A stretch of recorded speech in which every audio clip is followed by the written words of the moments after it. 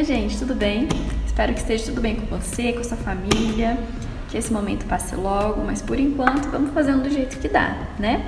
A aula de hoje é sobre números reais e irracionais, então vamos lá. E para que eu entenda o que são números reais e irracionais, primeiramente eu preciso saber o que são conjuntos, ok? Então vamos lá. O que é conjuntos afinal? Conjuntos, gente, nada mais é do que fazer agrupamentos, tá? Ah, mas professora, como assim agrupamentos? Vamos trabalhar um exemplo então. Eu tenho aqui, olha só, vários alunos, certo? Em uma determinada sala de aula, alunos de diferentes tipos, de diferentes jeitos. Então a gente vai fazer alguns agrupamentos aqui. Eu posso, por exemplo, fazer um agrupamento só com os meninos dessa turma. Eu vou usar aqui, ó, meninos. Vou separar todos os meninos.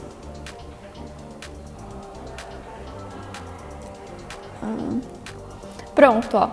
O que eu tenho aqui então é um conjunto de meninos. Eu posso também separar aqui todas as pessoas que são loiras, por exemplo. Certo? Vou pegar aqui, ó. Todos os loiros. Fiz um outro tipo de agrupamento, um outro conjunto. Eu posso também separar aqui as meninas. Então, eu vou selecionar todas as meninas.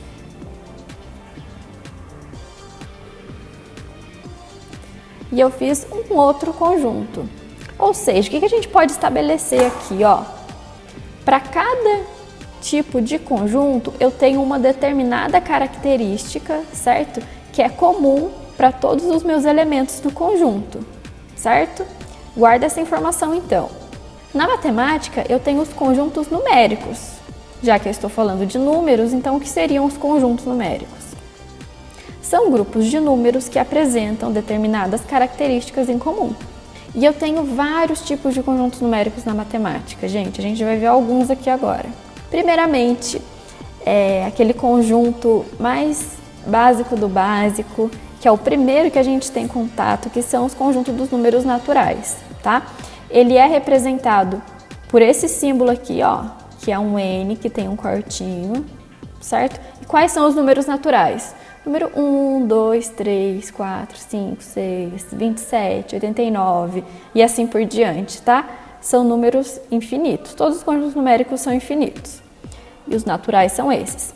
Depois, lá no 7º ano, a gente aprende que existe um outro tipo de número, tá? São os números inteiros. Eles são representados pela letra Z, também com esse cortinho no meio, certo?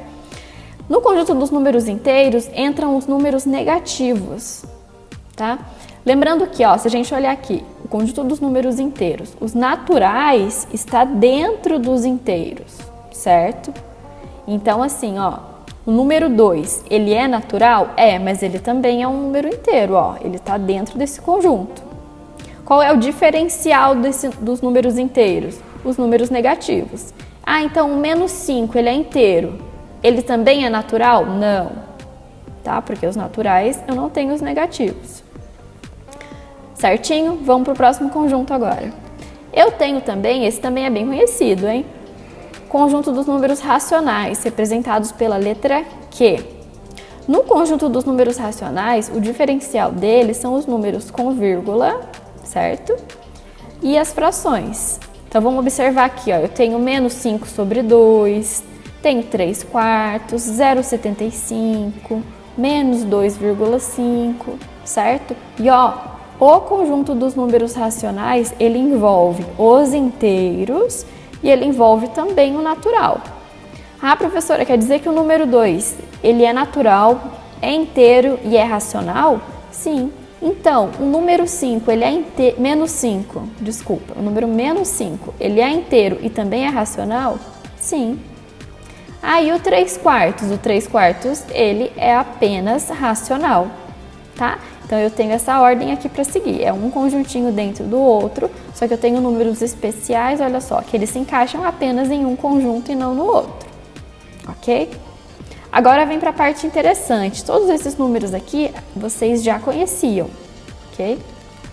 Agora, gente, fora desses conjuntos, um conjunto que não se mistura com esses daí é o conjunto dos números irracionais, que é justamente o que a gente vai estudar na aula de hoje. O conjunto dos números irracionais, gente, ele é representado por esse símbolo aqui, olha só, que é um i com um cortinho do lado, ok? Qual é o diferencial dele? Gente, eles são números decimais, infinitos e não periódicos. O que é isso? Quer dizer que é um número decimal que não tem fim, certo? E a parte decimal dele não segue uma sequência, não segue um ritmo, tá? Ele não é periódico. Vamos para um exemplo aqui de número irracional, então, ó. Vou colocar aqui raiz de 2. Se eu for calcular a raiz de 2 lá na calculadora, ela vai me dar esse número aqui, ó. 1,4, 1, 4, 2, 1, 3, 5 e continua. A calculadora não vai ter nem casas suficientes para entrar isso aqui. Por quê? Porque ele é um número infinito, isso daqui não vai ter fim, tá? Então, ó, ele é decimal porque tem vírgula, ele é infinito porque isso aqui não vai terminar nunca e ele não é periódico, por quê? Porque aqui se eu olhar os números decimais, eles não estão seguindo nenhuma sequência. Eu começo pelo número 4, depois eu vou pro 1, depois eu volto pro 4 de novo, aí é o 2, aí é o 1, não está seguindo uma sequência, então não é periódico. Outro exemplo de número irracional é raiz de 3. Se eu for calcular a raiz de 3, vai dar isso aqui, ó. 1,732 0, 5, 0, 8 e continua. Ó, mais uma vez, eu tenho um número decimal porque ele apresentou vírgula, ele é infinito porque ele não termina e não periódico, não está seguindo uma sequência nenhuma aqui. Portanto, raiz de 3 também é um número irracional. Mais um exemplo de número irracional que a gente usa bastante na matemática é o número π. Quem lembra do π? O π, gente, ele é dado pelo valor da medida da circunferência, tá? Dividido pelo diâmetro de qualquer círculo. Então, se eu pegar o valor da circunferência de qualquer círculo e dividir pelo diâmetro, eu vou encontrar o número π, tá? Ele é uma constante matemática utilizada bastante em geometria. O número do π, a gente está acostumado a utilizar apenas 3,14. Mas na realidade, o π é muito maior do que isso. Ele é infinito. Então, ele continua aqui, ó. Tem 1, 5, 9, 2, 1, 6 e continua. Tá, ó. Então, o π, ele também é um número irracional. Por quê? Porque ele é decimal, tem vírgula. Ele é infinito e não segue nenhuma sequência. Então, ele não é periódico, ok? Então, todos esses números aqui, eles são números irracionais. E agora, para finalizar aí esses conjuntos, eu tenho o conjunto dos números reais que une tudo, tá? O conjunto dos números reais, ele é representado por essa letra aqui, a letra R, também com um tracinho. E o que são, então, o conjunto dos números reais? Ele é a união do conjunto dos racionais, que é esse aqui, ó. A união dos racionais com os irracionais, ok? Então, como que se organiza, gente, esses números dentro de uma reta numérica, tá? Eu tenho uma reta aqui organizada, desenhada para vocês, e eu vou preencher elas com os elementos dos conjuntos que a gente acabou de estudar, certo? Começando então com os números naturais. A gente viu que os números naturais, eles são aqueles números positivos, né? Inteiros e positivos. Então, número 1, 2, 3 e continua infinitamente, tá? Essa setinha aqui é porque ele é infinito. Então, esses são os números naturais. Depois eu tenho os números inteiros. Os números inteiros, ó, não pode esquecer, eles são os naturais e os negativos. Então eu vou colocar aqui os números negativos. Menos 1, menos 2, menos 3. Certo? Depois eu tenho os números racionais. Lembrando que os racionais, eles são os naturais, mais os inteiros, mais o diferencial deles, que são os números decimais e as frações. Então, eu vou preencher aqui com algumas frações.